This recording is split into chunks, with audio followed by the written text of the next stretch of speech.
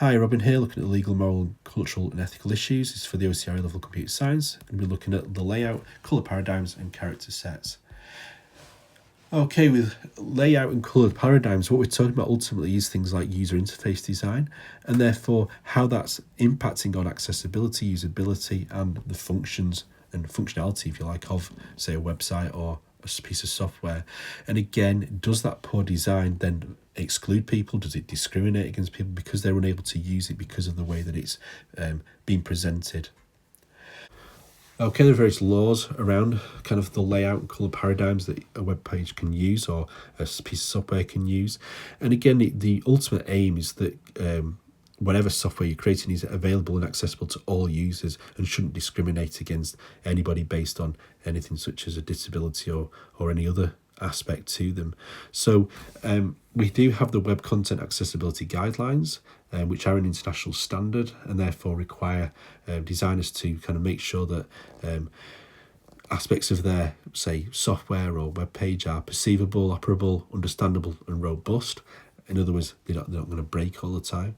There are, again, laws around this, the Equality Act 2010, which again isn't actually technically in the spec, but is something you should be aware of, that it exists, that it's going to impact on usage and the behaviours of that.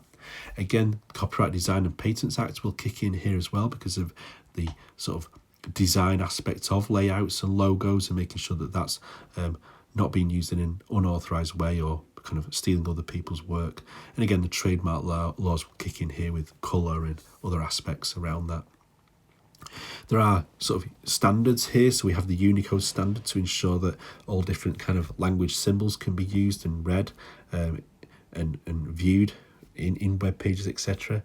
And again, making sure that there's consideration of people's sort of with the font that you choose, that you aren't causing offence by that font, or imagery that's on a particular software or web page, that it's readable, that you're not, again, discriminating against people by making it hard intentionally for a group of people not to be able to read something in some way.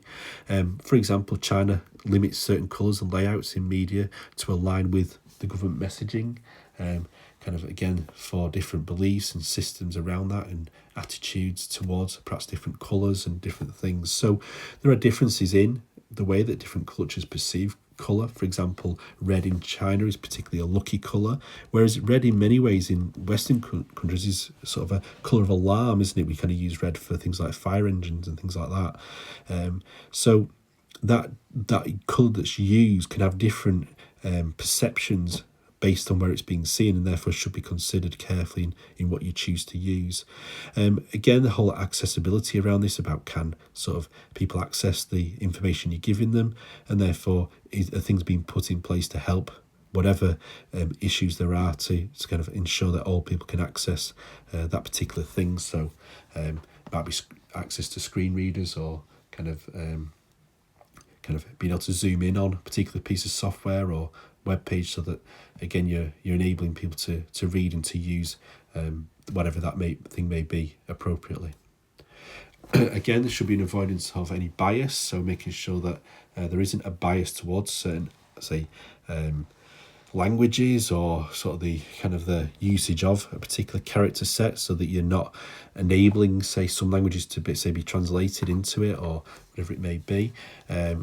Again, choice of colour and the sort of the emotional impacts of those colours. I've sort of mentioned that already, but kind of these aspects around kind of how people may view a button. So again, we use things like red, like I said, for alarm, so urgency, whereas blue is a more trustworthy colour. So again, how is that being used, and is that having a negative impact on people's psychology as a result of it?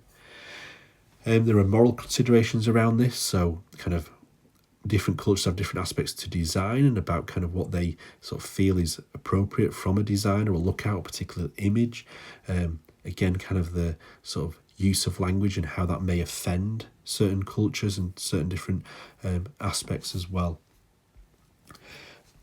Other aspects to do with culture can be to do with the reading directions. So, for example, Western countries read from left to right, whereas obviously places like Arabic, read from right to left. And again, that will therefore impact on the design and how people find it easy to use, because that's where they're naturally going to look at a page to sort of where they're going to start from, and therefore how you design it is going to impact on their usage of it.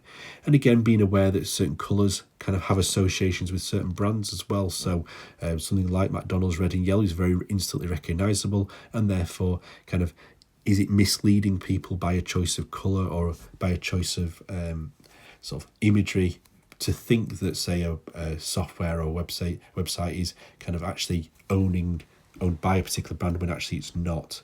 And again, the kind of appropriateness to religions that come from that, or other aspects. Again, other aspects around this, so the use of things like emojis, for example. Obviously, emojis have kind of a neutral aspect to them, but equally kind of include things like skin tones, or can include sort of expressions that again could be deemed as offensive or inappropriate to a circumstance. Okay, well, thank you for watching. I hope you found that useful, and please do like and subscribe, and I'll hope to see you again soon.